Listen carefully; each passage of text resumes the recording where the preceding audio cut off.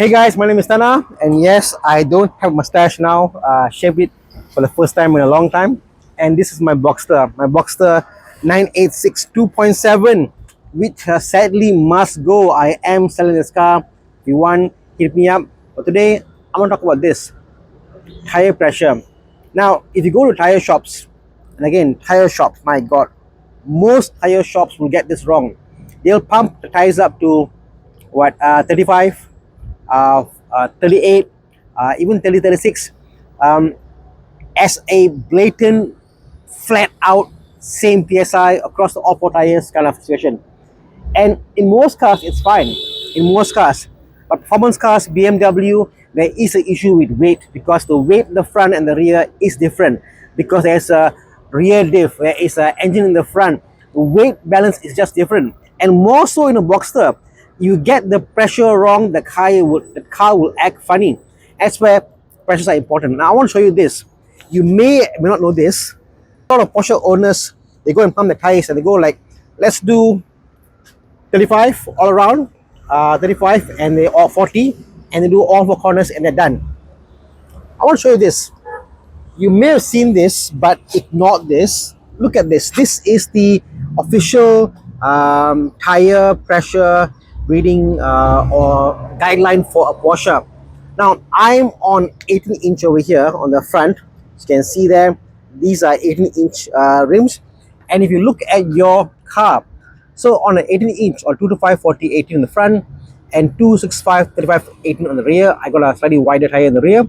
But what it says is 29 and 36.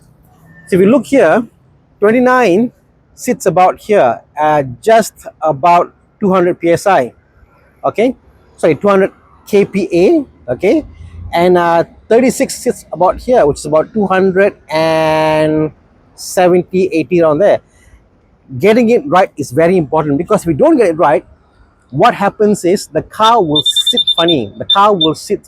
So again, I did for the front at 39, the rear now at 36, and I do my rear tire. So it's very important for you to go and do tire pressure sensors, tire pressure reading accurately. If you don't, what happens is car becomes unpredictable.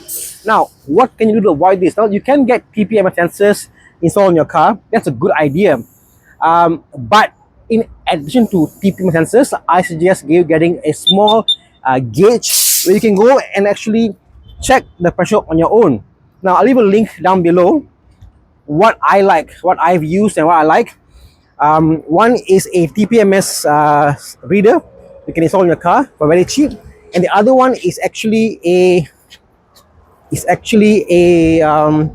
reader which you can go and plug in into your car tire and check. Now you must understand this.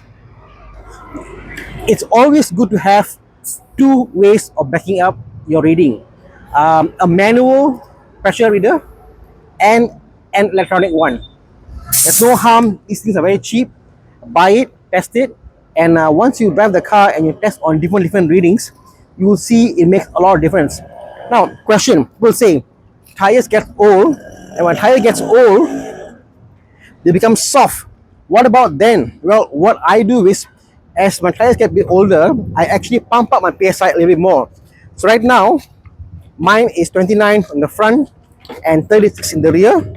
If my tires are old, they are soft a little bit, what I will do is, I will do maybe 30 in front and 38 in the rear, or 1 to PSI, just pump it up. And if you keep the ratio of front to rear per original spec for manufacturer, trust me, the car will behave so much differently. So try it out. Support me. There's a link there.